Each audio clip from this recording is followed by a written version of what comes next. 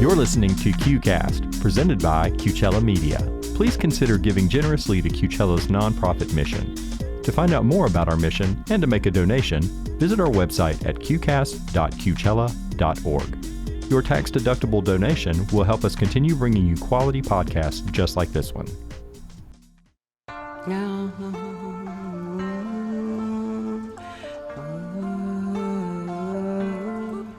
I may be bruised, but I'm not broken. You can't take away my soul. You tried to tell me I don't count, but I know in my heart that's not true. So you cannot take me down that path. I'll make it without you. I may be bruised, but I'm not broken. My life counts for something, and you wake up and I'll be gone. You'll know that you were wrong. Welcome to my show, Shades of Gender. I'm your host, Terry Ryan. Thank you for listening. Our show is all about gender identity, including transgender, cross-dressers, and non-binary gender individuals who self-identify with these groups.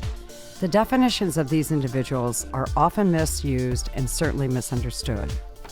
Our goal is to identify these groups, listen to their stories, and their journey in life to get a better understanding of who they are and what they're doing. And in spite of how the media may characterize what others may select as their definitions and what these labels represent, our goal is to get to know the real people behind these definitions. So I'm so excited today to have our guest, who is Tippy. Hi, Tippy. Tippy, hi. Hi, Tippy. Hi, Tippy Gillette. Tippy Gillette, love it. So I really am excited to have you here. Thank you. We met a few weeks back and just immediately sat down, and I just, love talking to you. So. Had a great conversation. Yeah, it was really fun. It's it really really was. great. Yeah, it's good. Yeah. So, I always start the show with just to give our audience a framework on, because I can't see you and don't know you, of how you identify on the gender scale. Okay. Generally, as a transgender person, but I also say that I am a cross-dresser. And probably earlier on, it was as a cross-dresser because the transgender community wasn't really identified or even recognized until recent years. And I started cross-dressing at a very young age. So now I know that doesn't mix with everybody's opinion, because transgender, a lot of people want to own the transgender name, and I don't think that's realistic. I think it includes so many different people on a spectrum that it needs to include a lot of activities and a lot of ideas. Well, again, this is why our show is called Shades of Gender and not, wasn't called Shades of Transgender, because the term transgender has, in my opinion, has really been just changed from what I think it was meant to be, which is more of a spectrum of individuals that have different gender identities and different presentations. So back to your point. Cross-dressing seems to be the base or the beginning for the people that I've spoken to over the years that are dealing with their gender identity. That cross-dressing was actually, to me, more of an adjective, was something they started doing, like you said, very young. So, tell us about your experience. Like, were you like 5 or 6 years old, or playing? I was. Yeah. I was 5 or 6 years old when I started cross-dressing.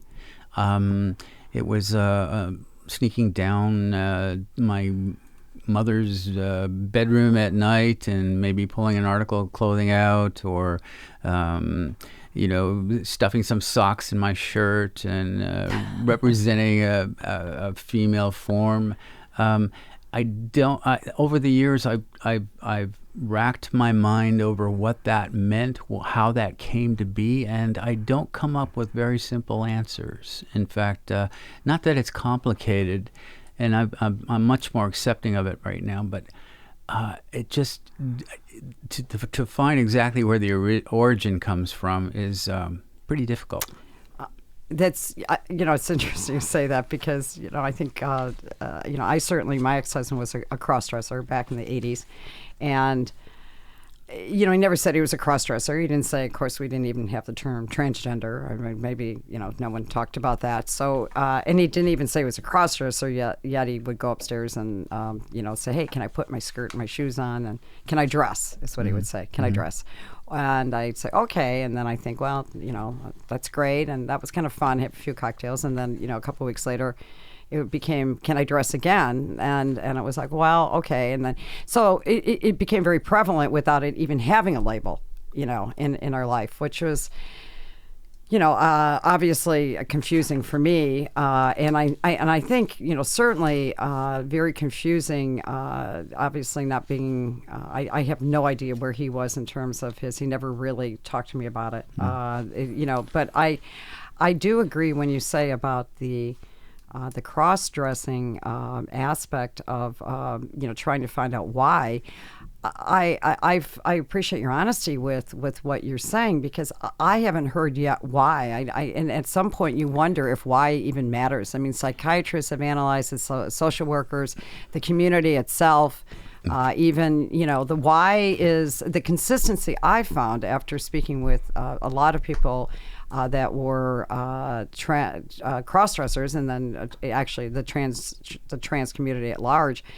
They started maybe 4 or 5 years old, and they were attracted to, the male to female were attracted to the female clothes, sisters, moms, whatever.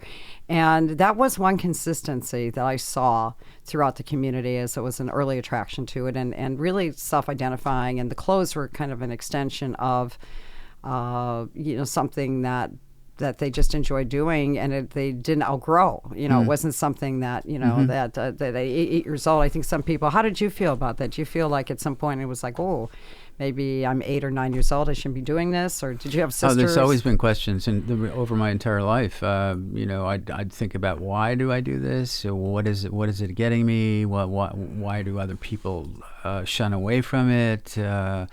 It's pretty hard to live in a closet, which is what it is. It's living in a closet, because you look at the world differently. You look at everyone else as that I'm different, and I cannot reveal who I am because they might not like it.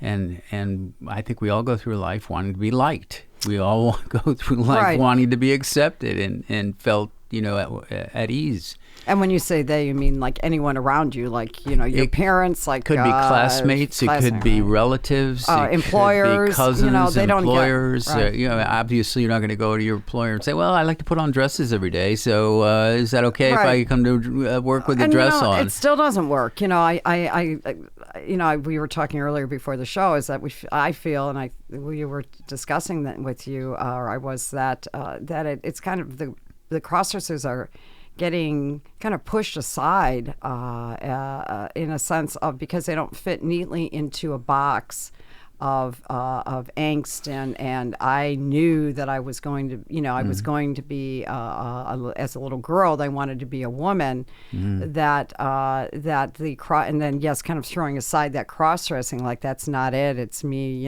being a woman.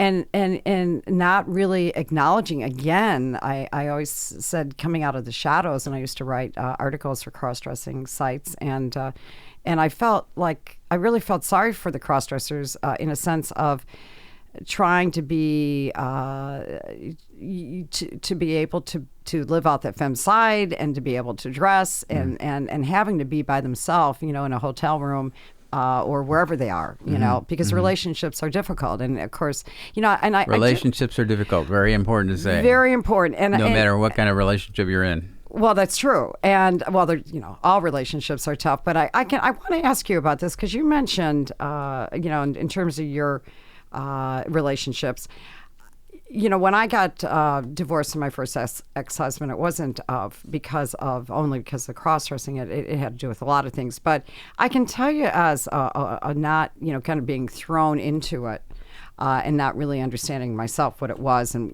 why I always called it the other woman in our relationship. Where did this woman come from?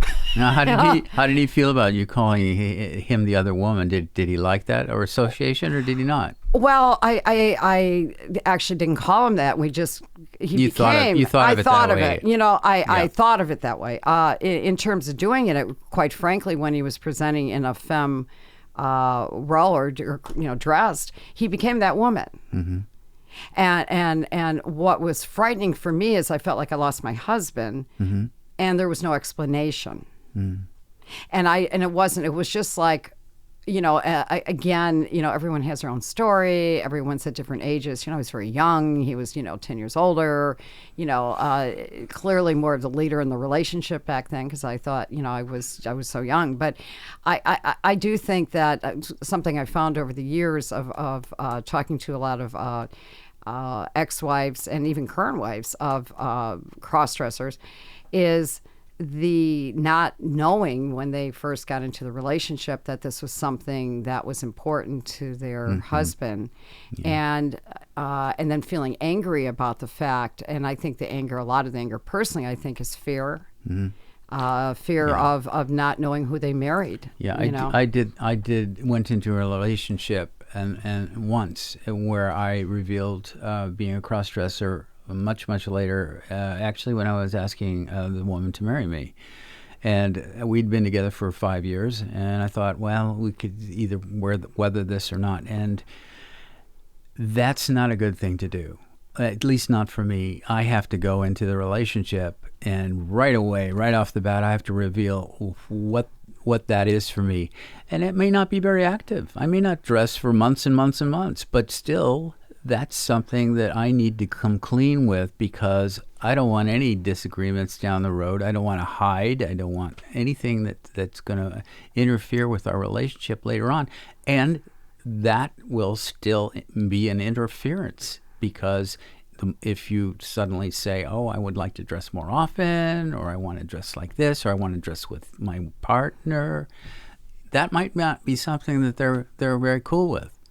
So it's not an easy road, because it's not a very open thing, and it's not a very accepted thing in our society. And so people don't really know how to react with it. I say it's the last taboo of our society. It could be. Yeah, I do. And I think, again, in many ways, I still feel very sorry for a lot of the cross-dressers that, again, like yourself, that they are just trying to be themselves, and because they are not constantly one gender or one outwardly sex. Yeah, well, I think everyone's different on that point, because I can present as a male, and that's my identity, and really it is. And I think, given the state of affairs today, if I were a very young person and I was a cross-dresser, I might have a different attitude about it, in that maybe I would want to transition. But I, as an older person, I pretty much claimed my male identity, and that's what I was. And I enjoy my male identity. So my cross-dressing has always been kind of a secret, subversive thing that I enjoyed for myself. Mm-hmm. And now bringing it out more to people and doing a podcast like this, it's actually kind of uncomfortable sometimes. I know. It's a secret society. It's not really, I can talk about it, and I can talk about it eloquently. Right. But I got to ask myself, what am I going to accomplish by doing this? And if it's to help somebody else who wants to come to acceptance on a level with their cross-dressing, and that helps, then that's a good thing. To say that you're here to help other people is it would be a wonderful thing for you to do that. And I think, well, what else could it be? I mean, I'm not going to help myself, because I am where I am right now. It's true, and there's still, because of the even though there's support groups, and again, I think in many ways, the girls that came out and said, I am strictly transgender, and I knew it, and I'm just going to go all the way as a woman, and this is, what I'm doing. or when they come out younger as a transgender girl, which I've had on our show.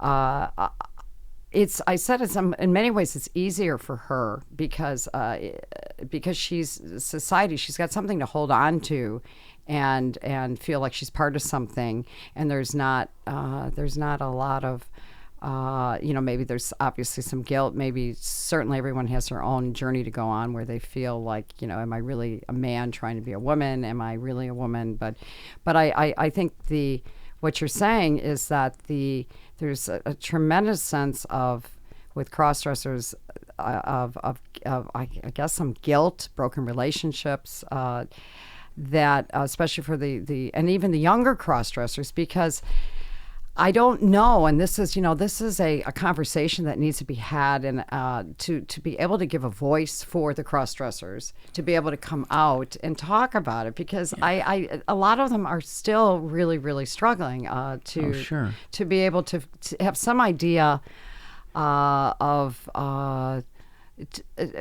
to I guess tune in with who they are, but it's uncomfortable for some people. I went to a Trias, basically a cross-dressing self-help group in Chicago when I was looking for a cast for my cross-dressing show, and because I wanted to bring out the cross-dressers and their relationships with the film company I was working with, or production company. Said, well, we need their wives too, and it's like, well, I don't, let me at least get to know who the cross-dressers are, and get into that world. And I didn't know anyone, and except for one woman who actually ran the Trias group in Chicago, and I said, this is what I'm doing. I'm just here to get the stories out and be able to give exposure to the cross-dressing community. I really, I've been experienced with it, and it's been something that I really don't have an answer for, and I just like to explore it as a journalist.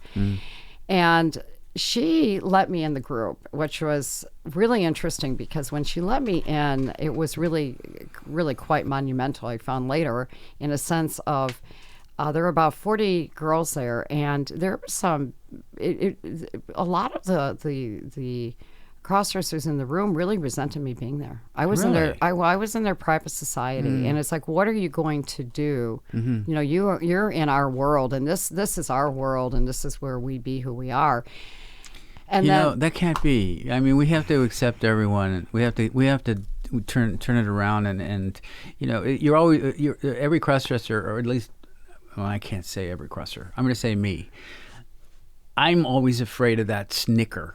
And somebody says, "Oh yeah, I'm a cross-dresser." Oh, you're what? And then people will laugh and start to think. That kind of embarrassment is the thing that we need to eliminate, because people just need to know, and even in themselves, that they're made up of a lot of different macaroni. There's all kinds of things going on inside every person, and the acceptance of that is probably what's going to free our society up enough to make us very healthy. Well, it does. And what gives someone a right to push you down and snicker at you and not be able to be your authentic self? I mean, why is anyone better than you? If you want to go out and you want to run your life as you conduct it, and you want to dress you want to be your femme self, or dress as a woman, or however you define it, on one day, and dress as a man another, and roll into your male self, or it's one, or whatever. Why? In fact, I had a couple people say to me that one a couple days ago said, "Oh, I hear I'm doing my show and Shades of Gender. You should listen to it on KGay and Coachella Media." And they said, "Oh," he said, "I must tell you," he said, "I had someone ask me if you were transgender." And I said, "No, I'm not transgender. I'm a journalist, and I have experience in this." And then I was talking to someone today, and they said, "Well, he had reached out to me to want to do the show," and I said, "Do you know what the show's about?" And he said, "No, I'm a musician. I was in a big band, and I'm trying to promote my book, and I want to be on your radio show." And I said, "Okay, but do you have any affiliation? Are you an ally of the transgender community, or cross-dressing, or any experience even in the rock and roll world? Do you know of anyone?" Or, he said, "No." He said, "Well, I didn't know this was this was that type of show." And then he says at the end of the conversation, he says, "Are you a cross-dresser?" To you. Yes.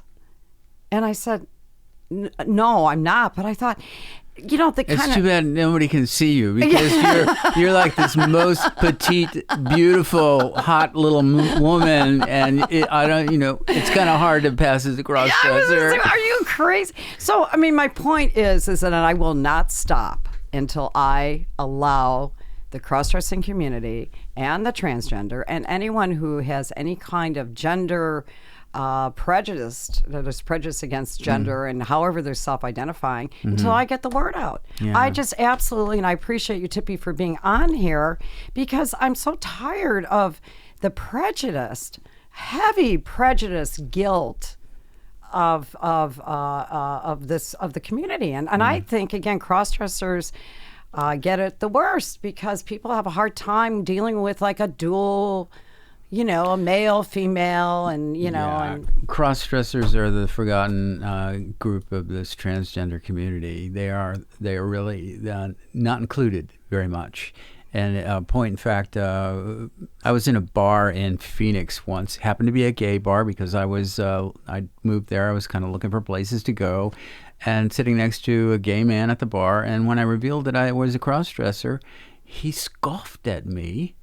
And almost shamed me. And I thought, how can that be? You struggle all your life to reveal who you are and be who you are in society, and you scoff me because I like to dress up in women's clothes. And it was like such a double threat of hypocrisy. Total hypocrisy. And it's like that. Forgot about your battle, which you fought for years as being gay, and you're now scoffing at me because that can't be right. That can't be right. And freely, what I find is how people offer those opinions on, or that snicker you talk about. And then it becomes okay, let me ask you this. And I say, and another thing is, if you can pass, are you better than someone who doesn't pass as well? Oh, well, there's that kind of prejudice from people who are more passing than others. Right. And yes. It's like it's okay as long as you look like what my idea of a woman should be, and that, everything's pulled together, and that you count more than that other individual, which I think is hypocrisy. Now, on the other side of the coin, there is a little bit of that. There's this saying that I would never want to be a member of a club who would have me as a member.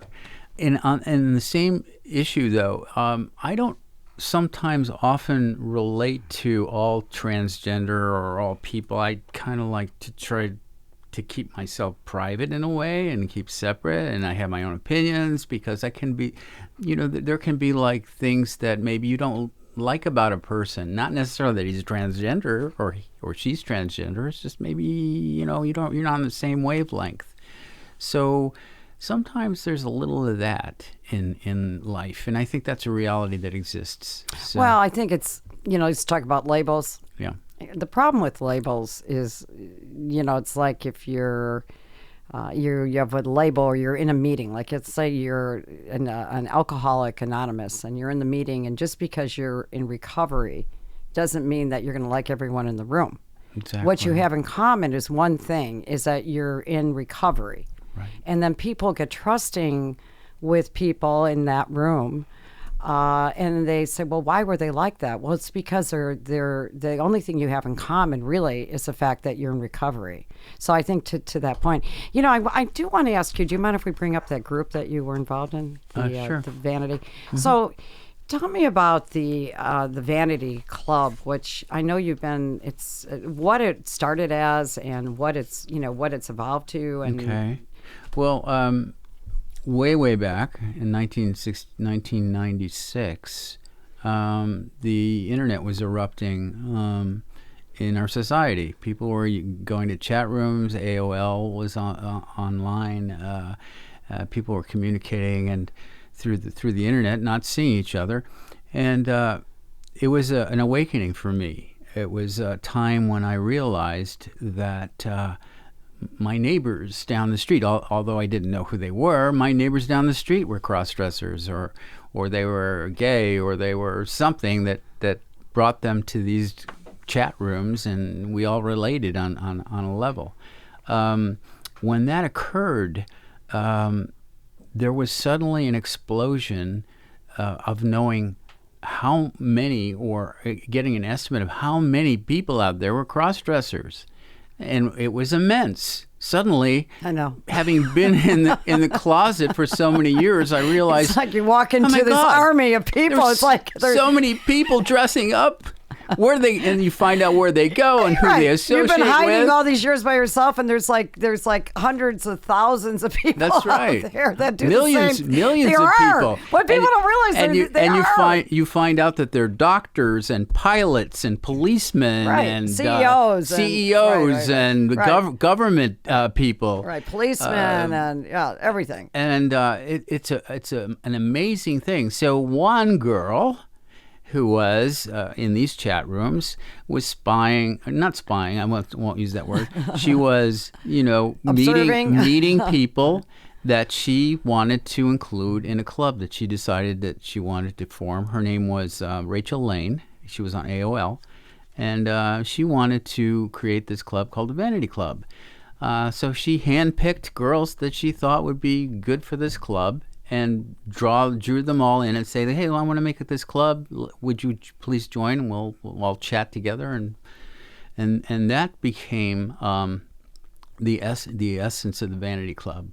I was very early. I was number 16 in the club, so I was very early. I was probably in the first week. That's really early. First week of the club. And give us a perspective. How many members do you think it was at its height? Ooh, at its height, it hasn't surpassed more than 250 people. But that's because there's lots of attrition and people leave and go and come back, and some people get removed. It's a typical group environment, and its purpose is originally for cross-dressers. The purpose was totally social, and it was only for let's have fun, let's share our pictures, let's look at talk about what we do and where we go. That's entirely what the club was all about. So you go and would you meet up at, and you still do, I think, right? You'll have like maybe a girls' trip where you meet up in somewhere. And yep, we'll have soirees. They'll be on various parts of the country, get-togethers at bars, social nights, and being a techie of a sort, I suggested, well, we could form a website and put this together. And so I volunteered to host an internet site of the Vanity Club, and that became the first website that we used for the Vanity Club. You so were part of the beginning of this very important group that was let's say influential. We never know exactly how important it is because we don't always see what all the other clubs of the world are doing. There's lots of clubs that do this kind of thing now. So, but back then, in 1996, it was pretty early, and the internet actually, allowed people to correspond. These chat rooms, right? The original chat rooms. I mean, I remember when the internet came out. I'm old enough to know too. And it was like, what do we do with this? Everyone looking at it like, oh, we'll use it as like an encyclopedia. And then it's like, oh, wow, we can talk on it. We can get voice data. And, it became like this. And then these little chat rooms, which was really opened up everything, which is, again, it gave an opportunity for the girls to be able to know that you were out there, right? Because you didn't go out. I mean, maybe in a gay bar, right? I mean, because you could blend in, I guess cross-dressers and trans and, everyone who wanted to present how they wanted to would go to a gay club. There were some bars that catered to cross-dressers and there were transsexuals, and they were not always very savory sometimes, but they were fun. You'd go there. Where was it? What town was this in? Like L.A.? This is in L.A. Okay. Well, L.A. or New York probably had some underground places like, early on. So how would you even find out about that, though? Just word of mouth. Yeah. And on the Vanity Club, you're talking to another girl. You'd say, let's go down there. Right. And did you find, because it was safe, too? I mean, what do you feel about a safety issue in terms of some people I see some of the girls say, like, be like Donna does this a lot, be safe, and I mean, do you find that that you're that people like attack you physically or verbally if they see you and they don't agree with the fact that if they say that they think you're a Sure, man. that can happen. That certain incidents, not too violent, but some things like that have happened to me. And how did you deal with it? Well, in the case that I'm thinking of, I was in a car with a friend. We were driving in Hollywood, right near Hollywood Boulevard and Highland Avenue, and it was night. I was going home after a club, and a guy in a pickup truck was next to us and saw us and threw a rock at the car. I mean, he just, basically it wasn't even a verbal attack. It was just somebody who saw me and recognized me for what I was and threw a rock. So, I mean, that kind of thing happens. Yeah. But I'm sure there's much more violent. Actually, there is much more violent. There's deaths now, and transgender people are being killed. Which is, I think, of course, overall our society is getting more violent. I mean, too many guns, too much hate. So I think generally as a society, if you differ with someone, there's just more violence out there. Sure. So I think Well, the same things happen for group. gays too. I mean, if somebody was outed as gay in certain communities, they might not have a very long life. So it's just people hating for whatever reason they want to pick. Well, right. I as I said, when I've posted some of the shows online, and I've put it out there on Facebook, and I've gotten some remarks on there, that I'm a demon or something for even talking about it. It's like, Oh who my gives you the God. right not to talk about it? Who's going to tell me, as I would say to the community, that you can't be who you are? March on, Terry Lee. March on. I am not stopping until I hear the voices. Fist high in the sky. I just believe in that. I just, maybe I'm just crazy, but I think I just am happy to be here to be able to at least move the conversation forward. And, I would like to have you back, and I'd like to talk to you more about your journey and maybe relationships would be great. We Sure, can talk a little bit about because we never got to that. I wanted to so ask much you to how talk that. about. Yeah, there is, and your voice is really important to really the conversation on cross dressers. At least in this time in your life, and your history with it, because it's a little different dialogue, and your perspective's really, really needed. So, anyway, thank you, Tippy. No, thank you. And I look forward to next time. And I want to thank everyone listening to the show today for joining in and keeping the conversation alive. So, thank you so much. Signing off, Terry Ryan, and thank you, Coachella Media, for the opportunity to broadcast. But I'm not